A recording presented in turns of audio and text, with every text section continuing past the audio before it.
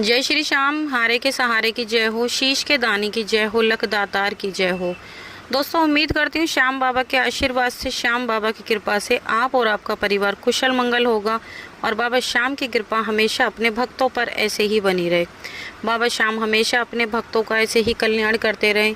और दोस्तों, जो भी लोग हमारे वीडियोस को देख रहे हैं, जो नए लोग जुड़ रहे हैं, वो हमारे चैनल को सब्सक्राइब कर बेल आइकन को ज़रूर प्रेस कर लें, क्योंकि आप जानते हो कि हम अपने चैनल पर श्याम बाबा से जुड़ी जानकारियाँ और बाबा श्याम के सत्य चमत्कार आप सभी लोगों के साथ शेयर करते हैं।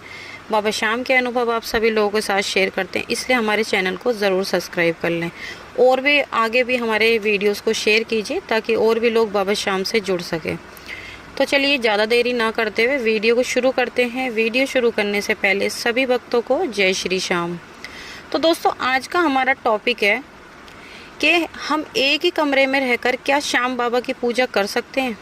क्योंकि कुछ लोगों का मुझसे सवाल है, कुछ लोग रेंट पर रहते हैं, किसी किसी का एक ही रूम है। अब उनको ये कन्फ्यूज़न रहता है, हमारा पास एक ही रूम है, हम उसी में बनाते हैं, उसी में रहते हैं, उसी में खाते हैं, वही हमारा बेडरूम है, वही हमारा ड्राइंग रूम है, मतलब एक ही रूम है। अब हम ऐसे में क्या करें, हम श्याम बाबा की पूजा कैसे करें या फिर ना करें, करेंगे तो हमें पाप तो नहीं लगेगा। बहुत ऐसे क्वेश्चन हैं जिनका सवाल देना बहुत ज़्यादा ज़रूरी लगा मुझे, इस वजह से मैं ये वीडियो बना रही हूँ। बहुत लोग मुझसे ऐसे क्वेश्चन पूछते हैं। तो देखिए, सबसे पहली चीज़ मैं आपको बता दूँ कि इंसान से जितना हो सकता है वो भगवान के लिए उतना करने की कोशिश करता है। हर इंसान जो भी बाबा को सच्चे दिल से प्यार करता है या फिर जो भी किसी भी भगवान को मानता है, वो अपनी तरफ से पूरी कोशिश करता है कि भाई हमारी वजह से भगवान को कोई भी दिक्कत परेशानी ना हो, हमारी पूजा में कोई विघ्न नहीं आना चाहिए, हम अपनी तरफ से पूरा सच्चे दिल भाव से पूजा करें। हर इंसान ये कोशिश करता है। अब देखो, कुछ लोगों का तो देखो अच्छा खासा बड़ा घर होता है, उनको तो कोई प्रॉब्लम होती नहीं। कई कई कमरे होते हैं, 2 4 3 कमरे होते हैं, उसमें अपना आराम से वो अलग से बाबा श्याम की या फिर जिस भी भगवान को आप मानते हो उनकी आराम से पूजा कर सकते हैं। उन लोगों का तो कोई टेंशन वाली बात ही नहीं है। अब वो लोग क्या करें, जो लोग रेंट पर रहते हैं, जिनके पास एक ही रूम है, अब वो भी श्याम बाबा को मानते हैं, अब वो क्या करें। तो देखिए, अगर आपके पास एक ही रूम है, भगवान भी देख रहे हैं ऊपर से, उनको सब कुछ पता है कि इस भक्त की क्या परेशानी है, ये किस सिचुएशन में है। अब जब आपके पास एक ही रूम है, आपकी इतनी हैसियत नहीं है कि भाई आप और मतलब रूम का अरेंजमेंट कर पाओ, या फिर आप रेंट पर रहते हो, तो फिर ऐसे में क्या ही करें। तो अब ऐसा तो नहीं कि आप बाबा को मानते हो तो बाबा ये कह देंगे नहीं भाई तेरे पास एक ही कमरा है, तू मेरी पूजा मत कर, तू तो अपने घर में ये बनाता वो बनाता, सारे काम यहीं पर होते, मेरी पूजा पाठ मत कर। ऐसा तो नहीं कहते ना। भगवान क्या देखते हैं, भगवान देखते हैं सिर्फ इंसान का भाव। वो अपने भक्त के भाव के भूखे होते हैं। भगवान को कभी भी अपने भक्त से कुछ नहीं चाहिए, कुछ भी। ना ही बाबा को आपके 56 भोग चाहिए, ना ही आपको बाबा का धन दौलत, कुछ नहीं चाहिए बाबा को।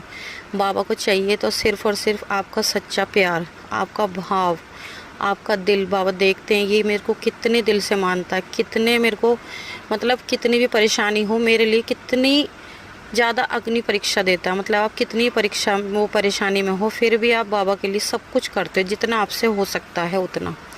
तो बाबा कभी ये नहीं कहते कि भाई इस इंसान का एक रूम है तो ये मेरी पूजा पाठ ना करें। आप ऐसी बिल्कुल भी किसी तरह की चिंता करने की ज़रूरत नहीं है।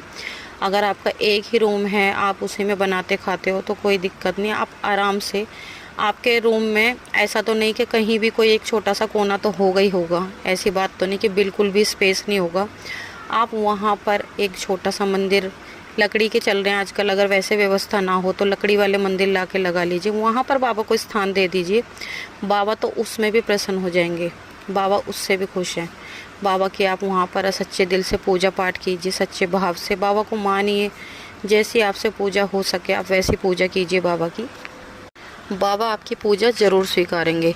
देखिए, वो आपने वो कहानी तो सुनी होगी, कृष्ण भगवान जी के एक बहुत ही सच्चे भक्त थे, सुदामा जी। सुदामा जी के पास कुछ भी नहीं था, कुछ भी। और जिस वक्त वो कृष्ण भगवान जी से मिलने के लिए गए थे, उनकी वाइफ ने उनको कुछ एक मुट्ठी चावल दे दिए थे, सिर्फ एक मुट्ठी चावल। और उनको उसे ले जाने में भी इतनी ज़्यादा लज्जा आ रही थी, इतनी शर्म आ रही थी। वो सोच रहे थे कि मैं एक मुट्ठी चावल लेके जाऊंगा तो कृष्ण जी क्या सोचेंगे। लेकिन कृष्ण भगवान जी ने क्या किया, अपने आंसुओं से उनके चरण धोए, उनके चरण धोए, जिसमें कि वो कहाँ वो भगवान और कहाँ वो भक्त, वो उनके सच्चे मित्र भी थे और सच्चे भक्त भी थे। लेकिन बात कहाँ पर आ जाती है, उनके भाव पर, क्योंकि सुदामा जी का दिल एकदम साफ था। वो सच्चे दिल से कृष्ण भगवान जी को प्रेम करते थे, बहुत ज़्यादा प्यार करते थे, मानते थे और उनको अपना सच्चा मित्र मानते थे।